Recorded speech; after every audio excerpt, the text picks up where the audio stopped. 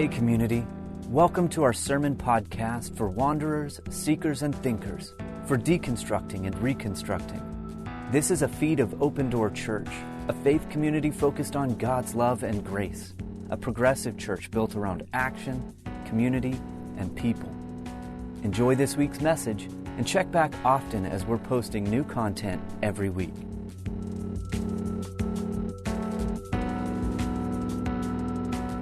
We started Romans last week and sort of the week before, but we just sort of had a conversation that week. Romans is, and here's the deal. I'm going to tell you this every single week that we do this because Romans is one of those books of the Bible, letters, whatever you want to do, that has not gone over so well for a lot of us and produces a bit of anxiety, has been used in very negative ways, in very controlling ways, in very manipulative ways. And so, I was not interested in doing this at all. Just to be upfront and open, because it's very dense. It's been traditionally interpreted very negatively, and it's been used as a very harmful text in the Bible to many people that in the church. And so I wasn't super excited about this. However, our goal here, our purpose here, is to take Romans and words of Paul and see if we can build something and bring something out of it that is valuable and that is purposeful and that is meaningful. And one of the things that we did last week was we began to undo and unwind some of the poor interpretations and some of the poor historical interpretations of the letter that have caused a lot of problems. And we're going to continue that this week. So Paul is writing to a group of Christians in Rome that are really kind of all over the place. And they're in a culture, they're in a society, in a structure that is primarily about status.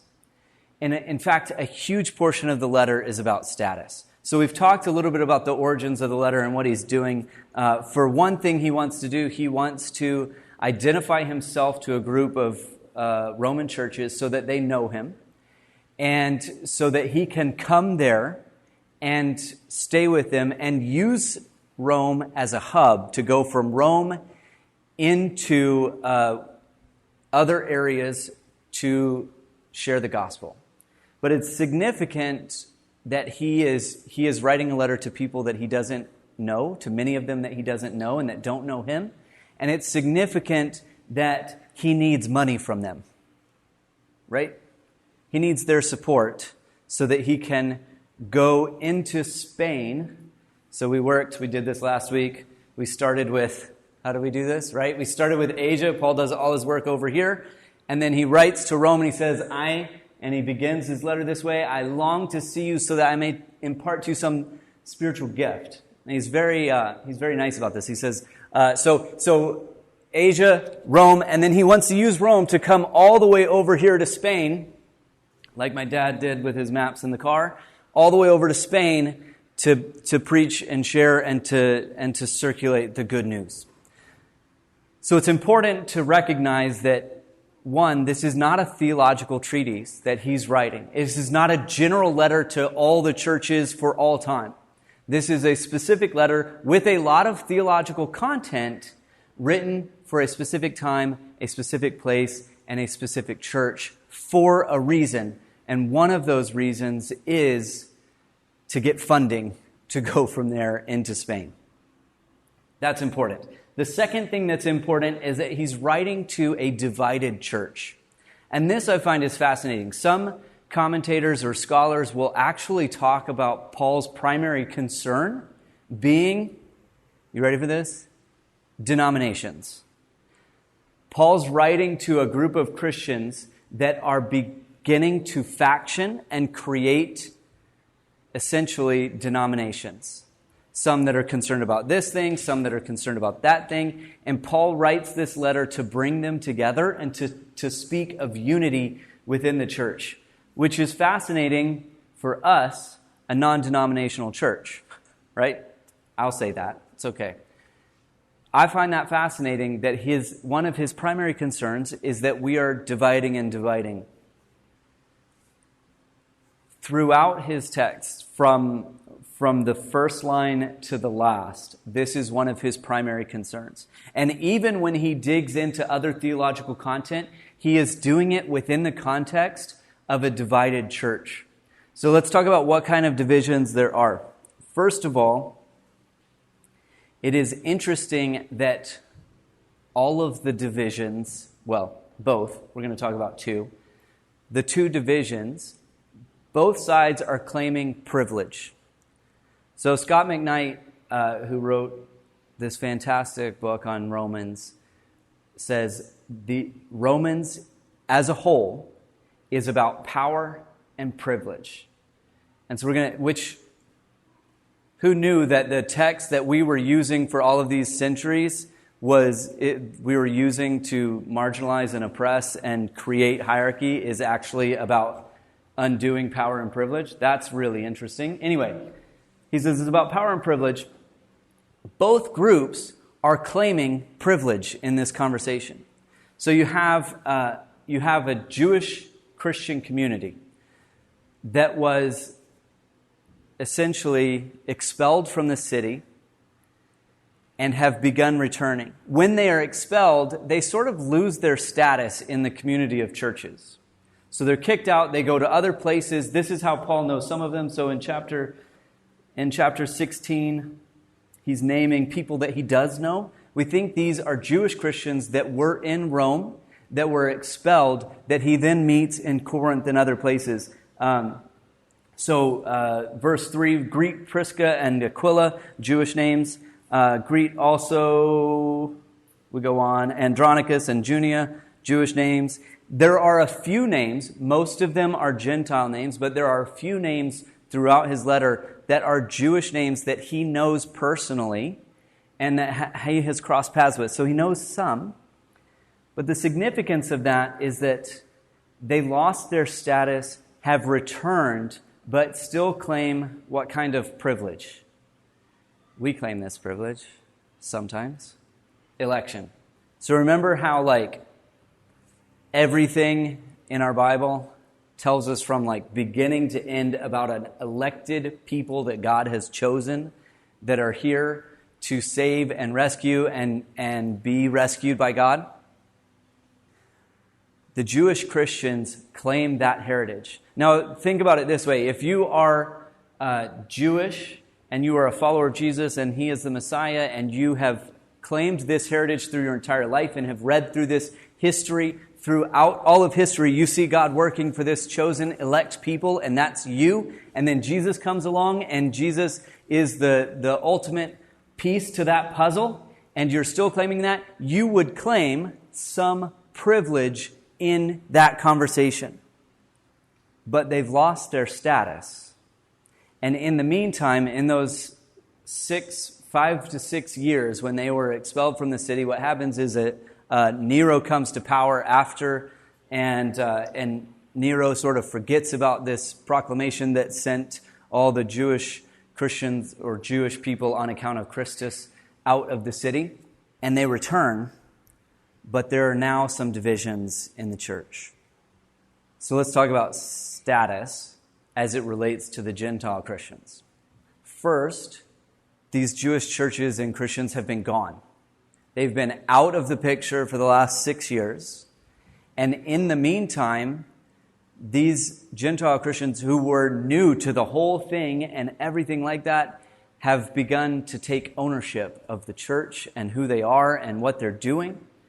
And they claim a different kind of privilege.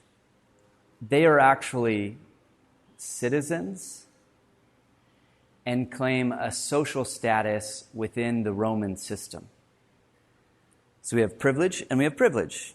And we have power, and we have no power. Because Jewish Christians are on the outside of the social and political structures of the time and have no power. So Paul writes, let's start in chapter 14 for a little bit. We're working backwards, not completely, but partially backwards. I don't know when you can call somebody weak and it be a compliment, but there's some sort of claim in this process that Paul isn't necessarily being condescending, but it's really hard to read it this way. He starts off, welcome those who are weak in faith. That's a command. Welcome those who are weak in faith, but not for the purpose of quarreling over opinions. Some believe in eating anything, while the weak eat only vegetables. Those who eat meat must not despise those who abstain, and those who abstain must not pass judgment on those who eat, for God has welcomed them. Who are you to pass judgment on servants of another? It is before their own Lord that they all stand or fall, and they will be upheld, for the Lord is able to make them stand. Let's unpack this really quick. There's a solid argument that the weak is a reference to Jewish Christians. That's all part of Open Door. There's a strong argument that the weak here is a reference to Jewish Christians. So what's happening? Welcome those who are weak in faith. To the Gentile Christians, he writes, welcome those who are weak in faith, but not for the purpose of quarreling over opinions. Some believe in eating anything, those are the Gentiles, while the weak eat only vegetables. Here's the concern. Meat in Rome is difficult to come by that's not gone through the pagan system of gods. So there's not access to kosher meat. How can we can do that? And so the meat that you buy at the market has been offered up to a god, has then been taken from that place and put on the markets. And so in a way, if you are a Jewish Christian, you look at meat that's been offered to another god and you cannot partake in that. The Gentile Christians who have grown up with this their entire life don't have any reference point for saying, oh, this meat isn't good for us to eat. It's just the meat that they have access to. So when he writes, some believe in eating anything, while the weak eat only vegetables, his statement is, for religious purposes, the weak or the Jewish Christians are choosing not to eat any meat because maybe in the process they violate the law. And so Paul says, we have to welcome them anyway. And he goes on to write, who are you to pass judgment on servants of another? It is before their own Lord that they stand or fall. Now, what Paul is going to tell us is that he's going to identify as one of the strong. Even though he's Jewish, he's also a citizen, but he is working this out for himself, and he's saying, I think you can eat anything, and it's totally fine. But if we're going to quarrel over this, we're going to create divisions in the church. This is fascinating. This is a key theological moment in the early church. And Paul says, if you think you shouldn't eat meat, don't eat meat. If you think you are just fine eating meat, then eat your meat and enjoy it. But don't judge this one. And you who are judging this one, you see what we're doing here? He's like, just let it go. It's not relevant. We spend so much time focused on, does this theology matter? Does this piece of doctrine matter? Do we need to draw a line in the sand and say you're either in or you're out based on this? And Paul says, let it go. If it's a problem for you, don't eat it. If it's not a problem for you, let them not eat it. It doesn't matter. It's irrelevant. Why do you pass judgment on your brother or sister, or you who do you despise your brother or your sister? For we all stand before the judgment seat of God. For it is written, as I live, says the Lord, every knee shall bow to me and every tongue shall give praise to God. So then each of us will be accountable to God. The process of denominations, not to get on a high horse because we're non-denominational, because honestly, it's not any better. It just means we can't get along with anyone else. The whole idea of the denomination here, or the divisions in the church based on our theology, Paul says, forget it. It is far more important that we find unity and that we show and live a different system than the one that's around us. Here's what's interesting about this in context, okay? In context, Paul is setting a different vision for the way the world works. So the system of honor from which he writes, the social status of people, and so we talked about the Jewish and the Gentile, but the Roman world is all about status. It is completely hierarchical, and it is completely based on your honor. And your honor is built on your power, your wealth, your control, and your ability to convince others that you have honor. If you are not a citizen, you are a slave, or you are a freed person, it is a slave that has won or paid for their freedom, can go and work and survive and do just fine. Any of those people, however, no honor at all. You can be a freed slave that makes lots of money, no honor, no status, no power. You can have more power, more control as a slave that works for a powerful person than as a freed slave that makes lots of money. It's kind of strange, but there's a hierarchy in place. There is a structure and a system that is built. What would you say our system is built on? We look out and we go, we have a system of something, status. What is that built on? Money and influence? Yeah. Anyone? That kind of does it, right? It's pretty much it. If you have money, you have influence.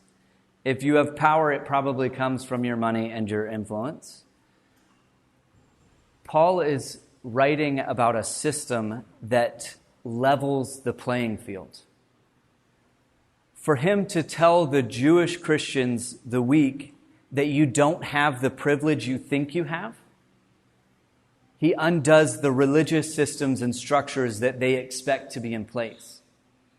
He turns around and tells the Gentile Christians, you don't have the societal and status of privilege in the church that you think you have, because we are all one. He writes a new leaf in the book on how the world functions. Completely undoes the system in place that they are told we all operate within a system of money and influence. So we can look at that and take the same direct line and go, well, what does the church look like? What kind of system can we live by that undoes a status of money and wealth in our own society? He goes on, let us therefore no longer pass judgment on one another, but resolve instead to never put a stumbling block or a hindrance in the way of another. I know and am persuaded in the Lord Jesus that nothing is unclean in itself, but it is unclean for anyone who thinks it is unclean. That word in Greek is the same word that's used for common. So he's doing a bit of a play on words that has them thinking about things that are common and uncommon and clean and unclean. If your brother or sister is being injured by what you eat, you are no longer walking in love. Do not let what you eat cause the ruin of the one for whom Christ died. Paul is undoing the expectations of both religious theology, doctrine, and social status. Now, let's talk about the bigger picture. We're doing a little bit of that, but let's talk about the bigger picture. In chapter 15, he continues, "We who are strong ought to put up with the failings of the weak and not to please ourselves." But remember, we have Jewish, weak, Gentile, strong, and there is an ethnic component to this story now that we've recognized some of the honor pieces. So the NRSV, which I almost never deviate from because I like it and I trust it, has used the language of strong and weak because Paul's using it all the way throughout the letter. But here's what's fascinating. The same words for strong and weak are the words we would use for powerful and not powerful. So the CEB, forgive me one second, translates it this way. We who are powerful need to be patient with the weakness of those who don't have power. We who are powerful need to be patient with the weakness of those who don't have power.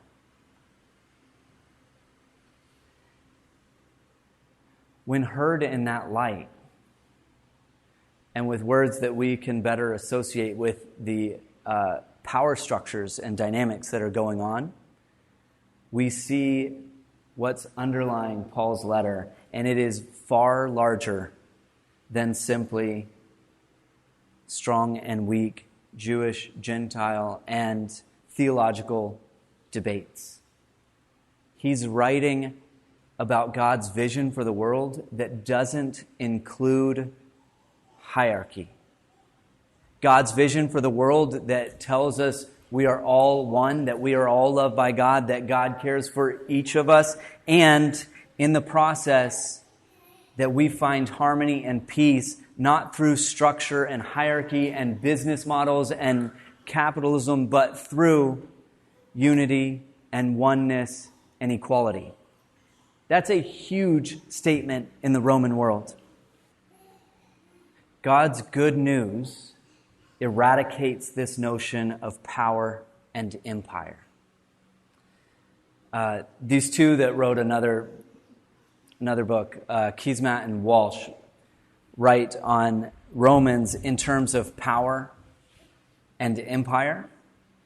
And they write, when you look at chapter 1, verse 1, Paul launches into this story by already indicating that he's going to overturn systems and status and structure and privilege and status quo. He says, Paul, a slave of Jesus Christ, called to be an apostle, set apart for the gospel of God. Three interesting things. Remember our system of honor and structure? At the top, citizens with wealth and power, less wealth and power, freed slaves, slaves at the bottom. Paul identifies who is a citizen of Rome and can claim privilege and power within the system. Paul opens his letter by claiming his status as a slave. Called to be an apostle, set apart for the gospel of God. Keesmaat and Walsh dig into the word gospel. Most frequently in the ancient world, gospel is used as, well, the term we will sometimes say good news or gospel or something like that, right? But the good news is most frequently used in the ancient world as the good news of the emperor or king or person in power having won a victory in battle. This is a politically charged word. And Paul says, not the gospel of Caesar, not the gospel of Nero, the gospel of God. Overturning the system and the structure that's in place. One more piece of this story that I want to look at. Okay, you with me? Had no stories today. My apologies. Maybe next time. Okay, we're going to look at Psalm 10. Okay, that seems like a strange place to go.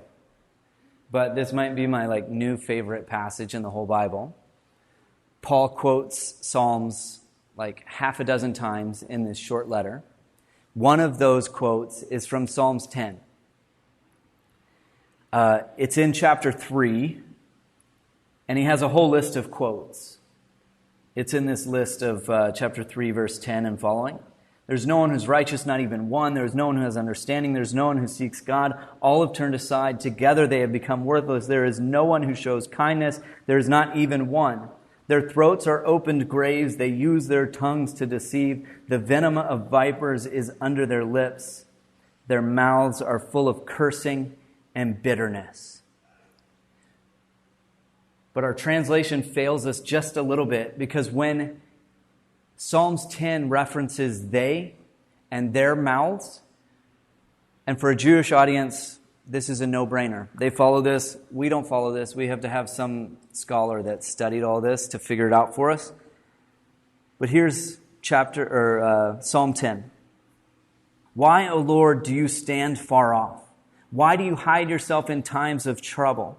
In arrogance, the wicked persecute the poor. Let them be caught in the schemes they have devised. For the wicked boast of their desires of their heart. Those greedy for gain curse and renounce the Lord. In the pride of their countenance, the wicked say, God will not seek it out. All their thoughts are, there is no God. Their ways prosper at all times. Your judgments are on high, out of their sight. As for their foes, they scoff at them. They think in their heart, we shall not be moved. Throughout all generations, we shall not meet adversity. Their mouths are filled with cursing and deceit and oppression.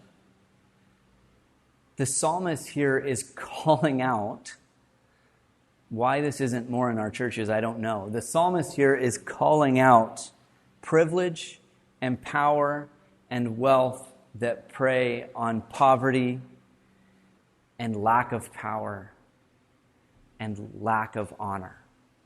When Paul references Psalms 10 and asks us to envision a world in which the privilege is brought down and those on the margins are lifted up, he's calling on a new structure for all of society. This is extremely dangerous politically.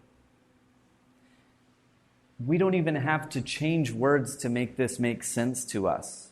For us to look out and hear things in our world about power and privilege, and the quote of,